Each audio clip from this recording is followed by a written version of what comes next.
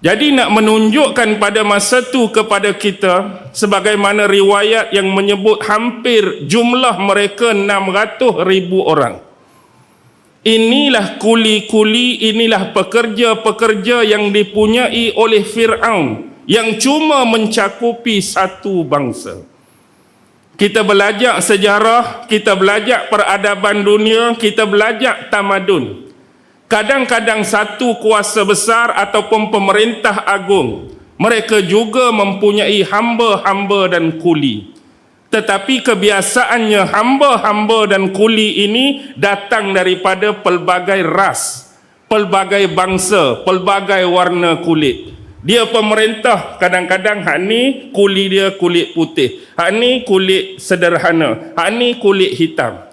Tapi bawah Fir'aun satu-satunya bangsa Bani Israel yang jumlah sekian besar menjadi hamba penindasan dan penyiksaan dia. Agak-agak senang ke Fir'aun nak bebaskan mereka dengan begitu mudah.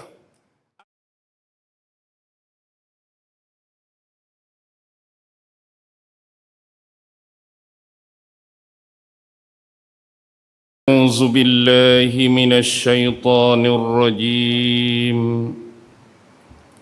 بسم الله الرحمن الرحيم السلام عليكم ورحمة الله وبركاته الحمد لله رب العالمين وبه نستعين على أمور الدنيا والدين والصلاة والسلام على أشرف الأنبياء والمرسلين وعلى آله وصحبه أجمعين سبحانك لا علم لنا إلا ما علمتنا إنك أنت العليم الحكيم قال رب اشرح لي صدري ويسر لي أمري واحلل عقدة من لساني يفقه قولي اللهم يسر ولا تعسر اللهم صل على سيدنا محمد وعلى آله وصحبه وسلم ولا حول ولا قوة إلا بالله العلي العظيم أما بعد الحمد لله syukur kehadrat Allah Subhanahu wa Ta'ala kerana dengan limpah kurnia, rahmat, kasih sayang dan inayah daripada Allah Subhanahu wa Ta'ala, alhamdulillah, pada malam ini kita sama-sama dapat dipertemukan oleh Allah Subhanahu wa Ta'ala. Dan mudah-mudahan pertemuan ini senantiasa beroleh rahmah, adanya barakah dari sisinya insya-Allah. Terlebih dahulu ucapan terima kasih saya kepada pengurusi majlis, seterusnya pengurusi masjid, naib pengurusi, ahli-ahli jawatan kuasa dan mana-mana mereka yang terlibat dalam menjayakan program kita pada malam ini. Alhamdulillah. Mudah-mudahan Allah jualah yang membalas jasa dan budi kalian dan ganjaran pahala yang setimpal dengan apa yang menjadi amalan kita pada malam ini insya-Allah. Tuan-tuan, puan-puan, hadirin hadirat, muslimin muslimat yang dirahmati sekalian. Berbekalkan masa yang ada, marilah sama-sama kita membaca, menghayati, merenung dan mentadabbur beberapa potong ayat yang difirmankan oleh Allah Subhanahu wa Ta'ala di dalam satu surah di dalam Al-Quran, merujuk surah yang ke-26, iaitu satu surah yang diberi nama Asy-Syu'ara. Saya akan membacakan ayat-ayat daripada surah Asy-Syu'ara bermula daripada ayat 23 sampai ayat 29. Allah Subhanahu wa Ta'ala berfirman, ba'da a'udzu billahi minasy syaithanir rajim. Qala Fir'aun wa ma rabbul alamin. Qala rabbus samawati wal ardi wa ma bainahuma in kuntum muqinin. Qala liman hawlahu ala tastami'un. Qala rabbukum wa rabbu abaikumul awwalin. Qala inna rasulakumul ladzi ursila ilaikum lamajnun. Qala rabbul masyriqi wal maghribi wa ma bainahuma in kuntum ta'qilun. Qala la in ittakhazta ilahan ghairi la aj'alannaka minal masjunin. Surah Asy-Syu'ara 23 hingga 29. Baik. Di dalam ayat yang pertama merujuk ayat 23. Qala Fir'aun, telah berkata Fir'aun, wa ma rabbul alamin, siapakah Tuhan sekalian alam.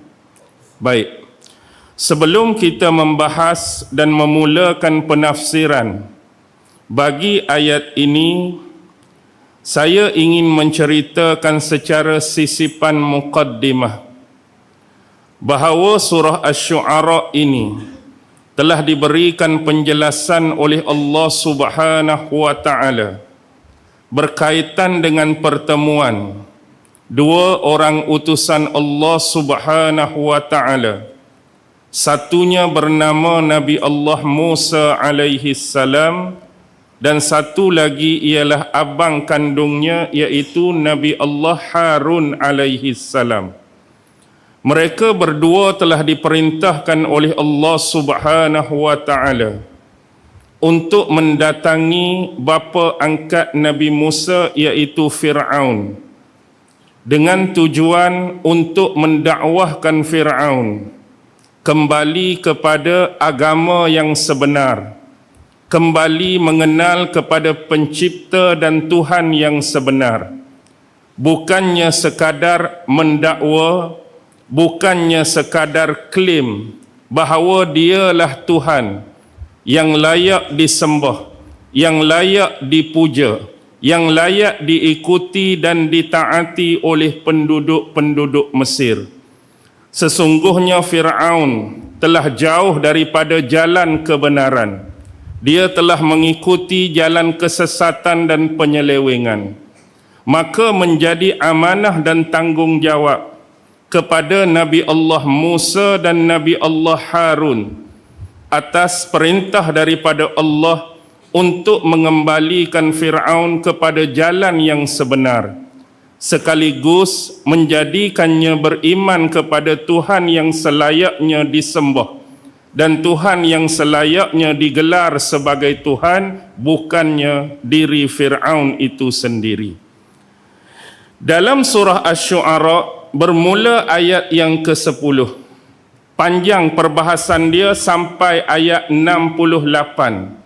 Hampir ada 58 ayat yang mengemukakan hujjah-hujjah, mengemukakan dalil-dalil sepanjang pertemuan yang dirakam dan direkodkan oleh Allah di dalam surah ini. Dan kenapa bila ayat ni bermula dengan ayat yang ke-10, saya memulakan dengan ayat 23? Sebab bila menerima style jemputan seperti ini, kita tidak mempunyai ruang dan masa, kecuali kita mempelajarinya secara harian ataupun mingguan ataupun bulanan. Kerana pada ayat yang ke-23 adanya prinsip yang paling penting untuk kita fahami, iaitu tentang prinsip ketuhanan yang cuba diketengahkan dan didakwahkan oleh Nabi Allah Musa dan Nabi Harun kepada Fir'aun. Sebab itu permulaannya Fir'aun bertanyakan, "Wa ma rabbul alamin?" Siapakah Tuhan sekalian alam. Jadi untuk memahami isu-isu dan perbicaraan ini dengan baik, saya mengajak tuan-tuan kembali kepada dua ayat sebelumnya, iaitu ayat 16 dan ayat 17. Dalam ayat 16, Allah Subhanahu wa taala berfirman, "Fa'tiya fir'auna faqula inna rasulu rabbil alamin." Maka kamu berdua datangilah Fir'aun.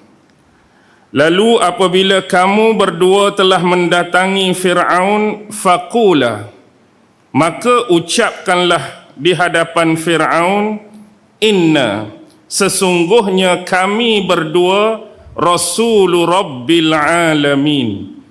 Kami berdua ni pesuruh. Kami berdua ni adalah utusan daripada Tuhan sekalian alam. An arsil ma'ana Bani Israel. Maka lepaskanlah Bani Israel bersama kami. Baik, selain memperkenalkan dan mengisytiharkan mereka berdua adalah Nabi dan Rasul, mereka juga ada permintaan terhadap Fir'aun supaya Fir'aun melepaskan Bani Israel, iaitu Bani yang mewakili diri mereka berdua. Nabi Allah Musa, Bani Israel, dan Nabi Allah Harun, Bani Israel. Di sini kita harus faham bila Allah menggunakan kalimah fa'tiya, dia berbeza dengan penggunaan kalimah ja'a. Bila Allah guna kalimah fa'tiya, maka datangilah Fir'aun, maka Allah akan memudahkan urusan perjalanan, urusan mereka melalui sampai mereka betul-betul berada di hadapan Fir'aun.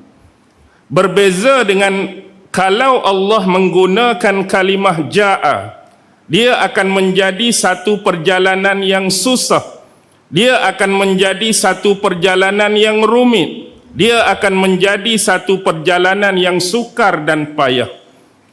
Kalau kita melihat kepada realiti, sebagai seorang pemerintah, sebagai seorang penguasa yang diangkat dan dianggap sebagai Tuhan oleh penduduk Mesir, nak berjumpa, nak bertemu dengan Fir'aun ni, kita anggap bukan sesuatu perkara yang senang dan mudah. Fir'aun semestinya berada di dalam rumah agamnya yang besar.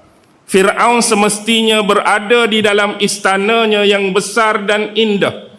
Dan sebelum nak masuk bertemu dengan Fir'aun, pastinya akan melalui gerbang-gerbang, pastinya akan melalui pengawal-pengawal, pastinya akan melalui profesional-profesional, pastinya akan melalui dengan istilah komando-komando Fir'aun sebelum dapat bertemu dengan Fir'aun itu sendiri. Tetapi bila Allah menggunakan kalimah fa'tiya yang datang dengan perintah daripada Allah supaya mendakwahkan kepada Fir'aun, maka Allah mempermudahkan urusan mereka berdua. Urusan siapa? Urusan Nabi Allah Musa dan urusan Nabi Allah Harun. Bukan sesukar, bukan sepayah yang seperti kita anggap. Dan ini adalah bebanan dakwah dan amanah yang cukup berat, kerana nak mengajak satu individu atau personaliti yang mengaku dirinya sebagai Tuhan. Tuan-tuan, cuba tuan-tuan bandingkan hari ini. Kalaulah kita hari ini sebagai ustaz biasa sekalipun, kalau hari ini kita sebagai penceramah sekalipun, kalau kita hari ini sebagai seorang pendakwah sekalipun, yang kita nak dakwah, yang kita nak tarik, yang kita nak seru ni adalah sama-sama yang beragama seperti kita. Hak saya duk ceramah malam ni, saya Islam, tuan-tuan Islam. Hak duk ceramah malam ni orang-orang yang memahami agama, orang-orang yang mempelajari agama. Tu pun ada perselisihan, tu pun ada khilaf, tu pun ada perdebatan, padahal sama-sama dah Islam, sama-sama dah kita ni beriman kepada Allah. Cuba tuan-tuan bayangkan amanah dan tanggungjawab ni bukan sekadar yang tidak beriman, bukan sekadar yang tidak mengenal Tuhannya yang sebenar, tetapi bayangkan konteks individu yang cuba didakwah ini adalah jenis manusia yang dia sendiri mengaku Tuhan. Sedangkan kita nak memperkenalkan Tuhan yang sebenar kepada orang yang mengaku Tuhan, senang ke susah? Memang suatu benda yang cukup berat. Tetapi benda pertama yang perlu mereka isytiharkan untuk melorongkan lagi kemudahan mereka menyampaikan dakwah ni, bila sampai depan Fir'aun, kamu kena isytihar. Kamu kena sebut bahawa kamu berdua adalah utusan daripada Allah, supaya nak menaik dan mengangkat darjat kamu. Bila sebut seorang Nabi, dia ada makam yang tersendiri. Bila kita sebut kita seorang Rasul, dia ada level dan tingkatan tersendiri. Berbanding kalau bayangkan, siapa hang mai nak jumpa aku hari ni? Siapa hang mai nak ceramah aku hari ni? Saya seorang yang tidak dikenali. Tak ada nama, orang kampung biasa-biasa, netizen hak siapa tak kenal. Agak-agak orang hak kita nak dakwah, orang hak kita nak seru seperti Fir'aun, nak ambil pot tak? Tak kenal ni, tak tahu siapa ni, mari nak ceramah kat aku, mari nak cerita dakwah kat aku. Ni kena isytihar dulu, dan kamu kena dengar perkataan ni kerana aku ni Nabi, kerana aku Rasul yang diutuskan oleh Tuhan sekalian alam. Dan dalam masa yang sama, Nabi Allah Musa dan Nabi Allah Harun meminta supaya Bani Israel ini dibebaskan, dilepaskan bersama mereka berdua. Kerana apa? Kerana sejak ratusan tahun Bani Israel ini dijadikan sebagai hamba, dijadikan sebagai budak, dijadikan sebagai kuli di bawah pemerintahan dan rejim Fir'aun. Padahal mereka adalah hamba-hamba Allah yang baik. Mereka adalah hamba-hamba Allah yang beriman kepada Tuhan mereka. Dan mereka adalah tentera-tentera yang ikhlas pada jalannya. Tetapi sepanjang ratusan tahun, mereka telah mengalami penindasan, mereka telah mengalami penyiksaan di bawah sistem pemerintahan Fir'aun. Jadi nak menunjukkan pada masa itu kepada kita, sebagaimana riwayat yang menyebut hampir jumlah mereka 600,000 orang. Inilah kuli-kuli, inilah pekerja-pekerja yang dipunyai oleh Fir'aun, yang cuma mencakupi satu bangsa. Kita belajar sejarah, kita belajar peradaban dunia, kita belajar tamadun. Kadang-kadang satu kuasa besar ataupun pemerintah agung, mereka juga mempunyai hamba-hamba dan kuli. Tetapi kebiasaannya hamba-hamba dan kuli ini datang daripada pelbagai ras, pelbagai bangsa, pelbagai warna kulit. Dia pemerintah, kadang-kadang hak ni kuli dia kulit putih, hak ni kulit sederhana, hak ni kulit hitam. Tapi bawah Fir'aun, satu-satunya bangsa Bani Israel yang jumlah sekian besar menjadi hamba penindasan dan penyiksaan dia. Agak-agak senang ke Fir'aun nak bebaskan mereka dengan begitu mudah.